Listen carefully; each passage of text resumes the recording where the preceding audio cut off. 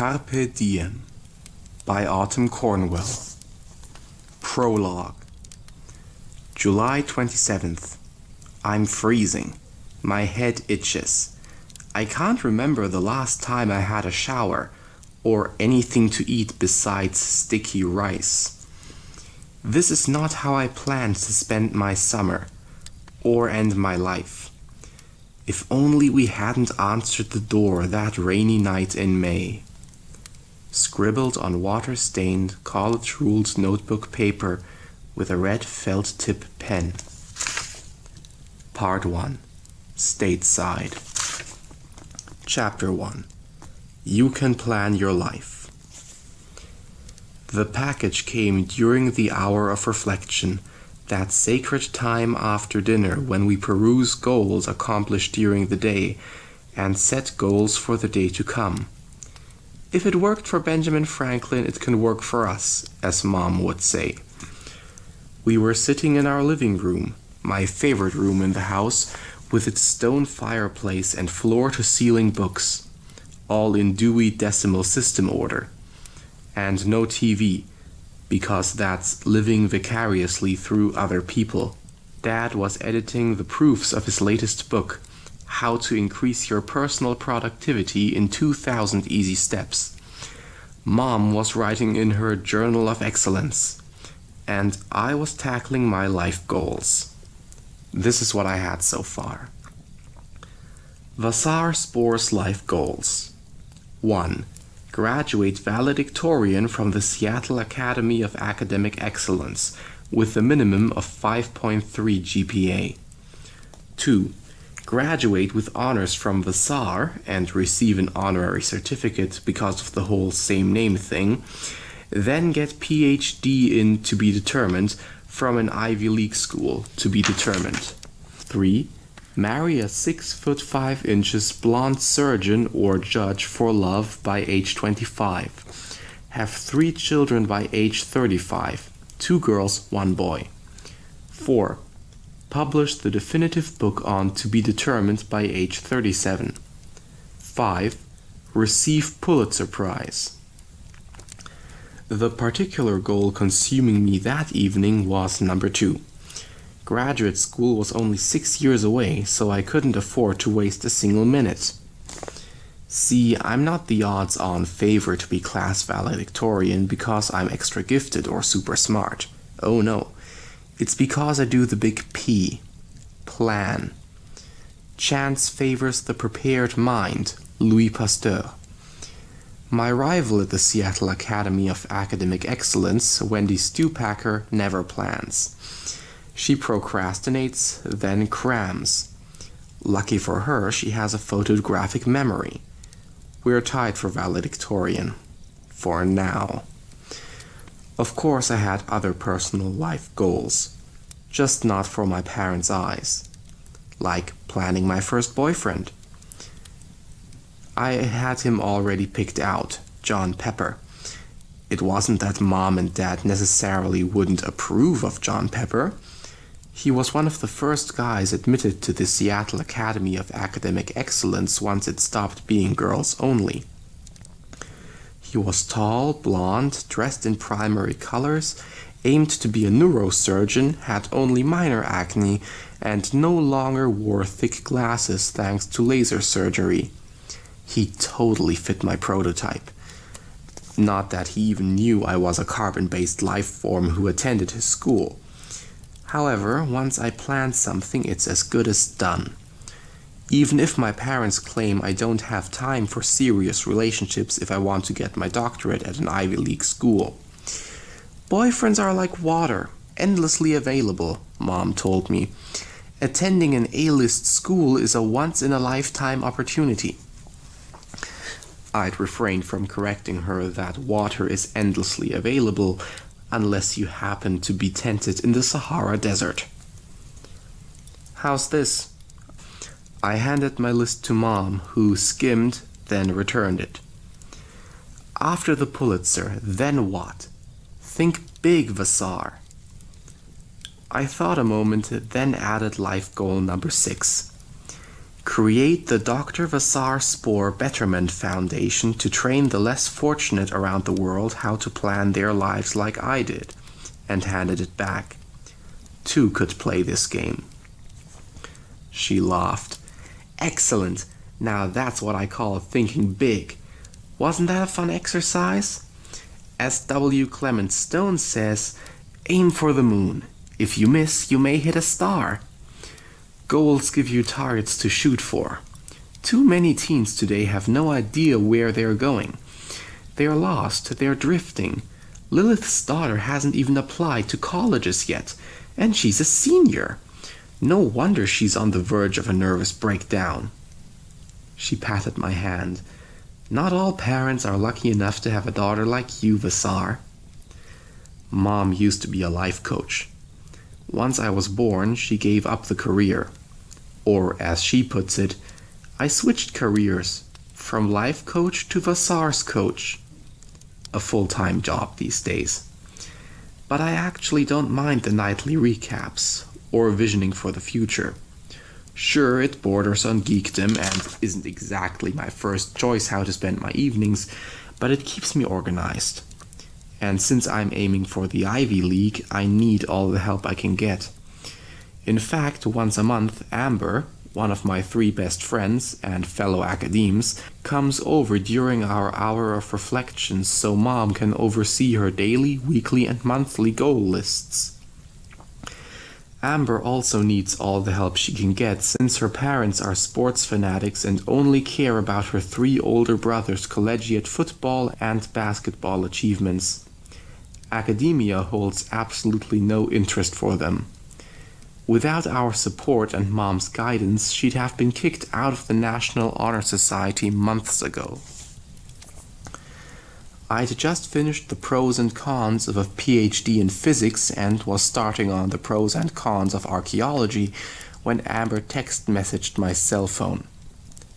Have you asked yet? I cleared my throat. I was wondering, could I skip my calculus tutoring session on Friday night so I can go to the dance? Not that any guys ever asked us to dance. We all danced in the 4-girl molecule cluster, as if that's how we wanted it. No boys needed here, thank you very much. Better to pretend you don't care. Don't care that Wendy Stupacker is always every guy's first choice. Always. Dad looked up from his manuscript. He's an efficiency expert and consultant. Corporations and factories hire him to discover where they are wasting time, money, and manpower, and then to remedy it. In his spare time, he writes. This is his 2nd book. The first was co-authored with Mom. Plan is not a 4-letter word. Did you say something? Dad asked, clicking his mechanical pencil. Mom laid down her pen and asked, And where is this dance? This is where it got tricky. At the public high school. Before she could respond, I hurriedly used my best ammunition. Amber's, Laurel's, and Denise's parents are letting them go. In Denise's case, they were forcing her to go. They felt she lacked social intelligence and needed practice in the necessary male-female interaction skills. You know how we feel about functions at the public high school.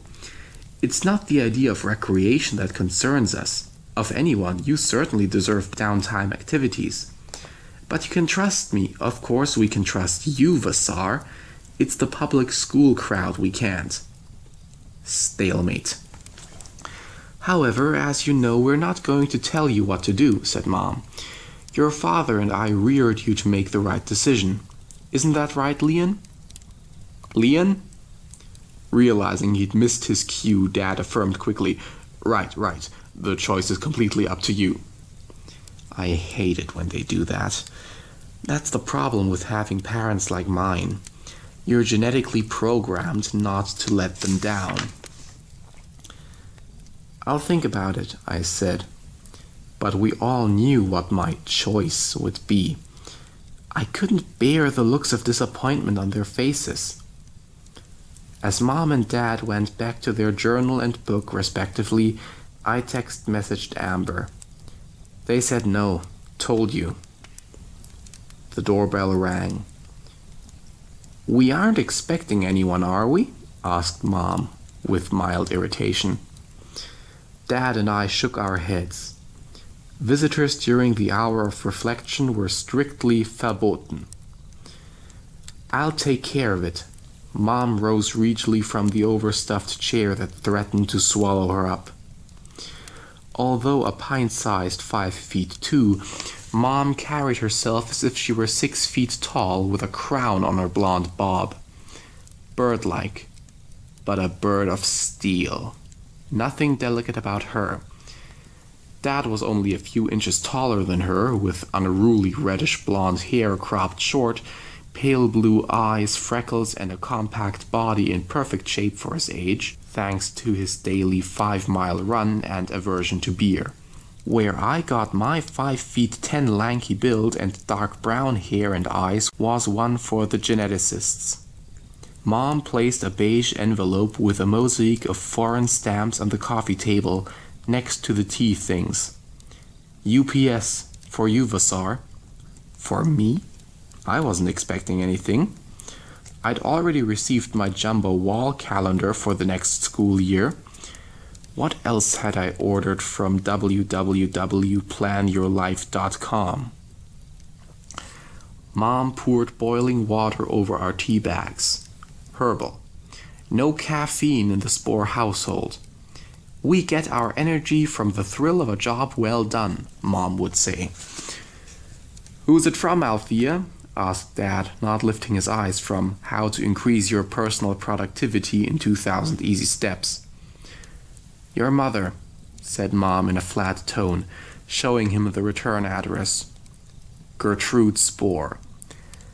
How to Increase Your Personal Productivity in 2000 Easy Steps dropped to the floor, and a handful of pastel TUMS popped into Dad's mouth.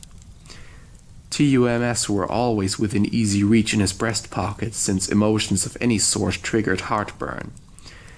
Especially emotions about Grandma Gerd. Dad claimed it was acid reflux, but Mom said it was psychosomatic. What does she want? Tell me she's not coming to visit. He chewed rapidly, calcium gathering in the corners of his mouth. I wiped off the raindrops and examined the cancellation marks. It's from Malaysia. It was postmarked April 1st, my 16th birthday, a month and a half earlier.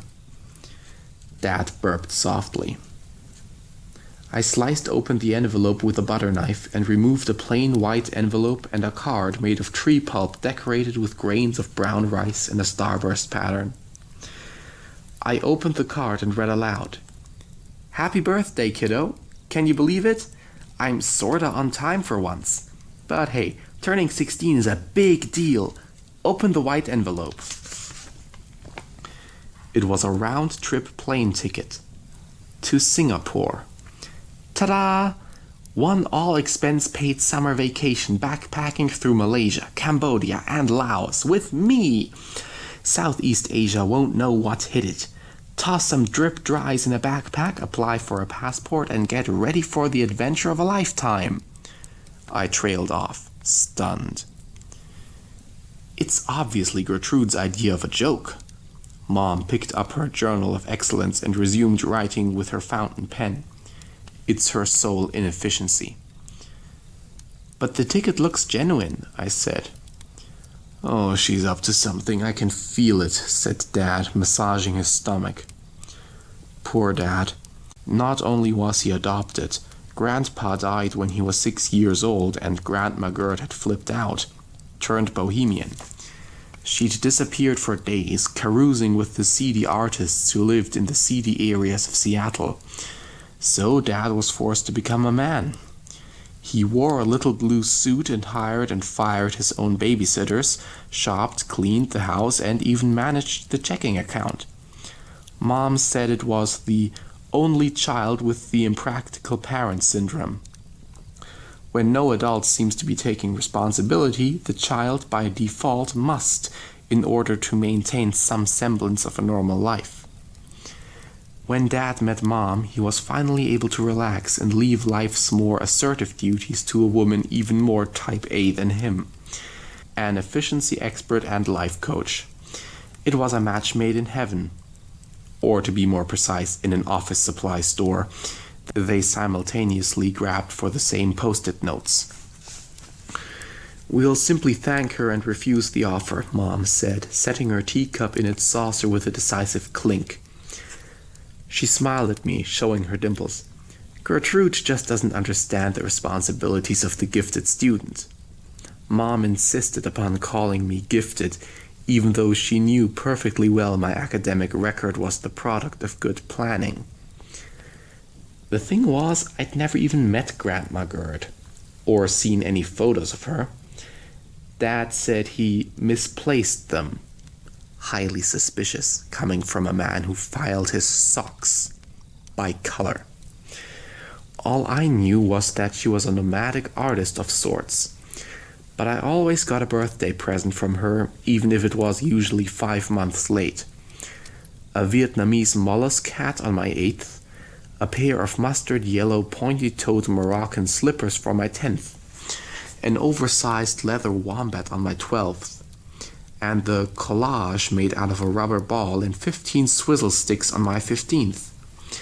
Then there were all the long-distance calls from third world countries, with the fuzzy background noise and hollow clicks.